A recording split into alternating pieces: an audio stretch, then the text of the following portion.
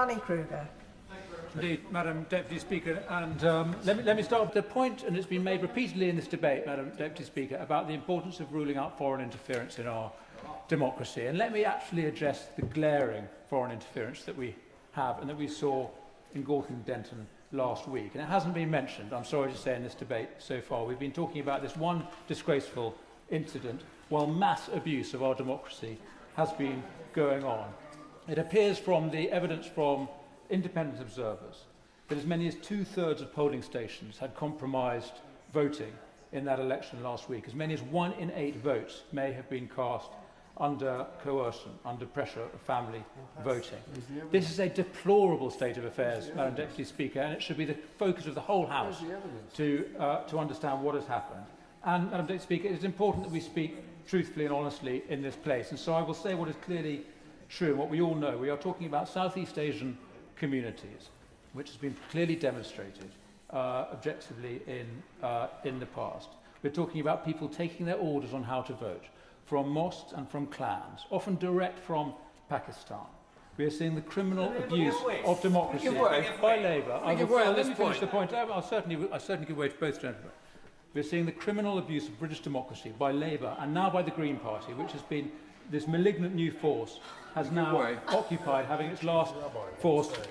No use to it. I'll happily give way to the Honourable. I thank the member for giving way. He's just made the most extraordinary allegation about an electoral process last week, in which he's suggesting that 12% of all votes are somehow or other invalid because of pressure that he claims is put on them.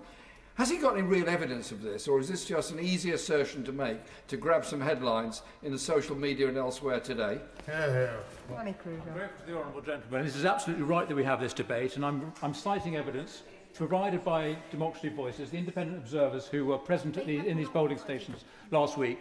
It is important that we look into it. Obviously, it's impossible to tell definitively at this stage exactly what went on, but it is clear from these independent observers that serious abuse seems to have been practised. Point of order, Liam Byrne.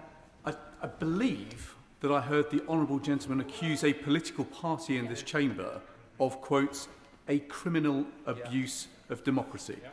Did I hear that correctly, Madam Deputy Speaker? Is that remark in order? Or does the honourable gentleman, and I use that word loosely, need to now back up his allegation with some hard evidence? I thank the honourable gentleman for his point of order, and I am hoping that the other honourable gentleman will reconsider his words and withdraw them. Danny Kruger. Thank you, Madam Deputy Speaker. I'm sorry if I inadvertently suggested that it was a party abusing our electoral system. What I'm actually suggesting is that there is abuse of our electoral system through a network, an influential network that applies in these constituencies. So that is my suggestion. That appears to be the case. So, I'm happy to give way to the honourable lady. I thank the honourable gentleman for giving way. Does he not recognise that the resounding victory of the new honourable member for Gorton and Denton in the by-election was a victory for hope over hate? And does he not recognise that he sounds like an extremely bad loser? I should have started by congratulating the new honourable member on her personal victory. I am, however, very concerned about the circumstances in which many of those votes were cast, and I'm not plucking this concern out of the air. It's clearly apparent there is very widespread concern, and it's not the first time that this has happened. When I give way to the honourable lady and then to the honourable gentleman.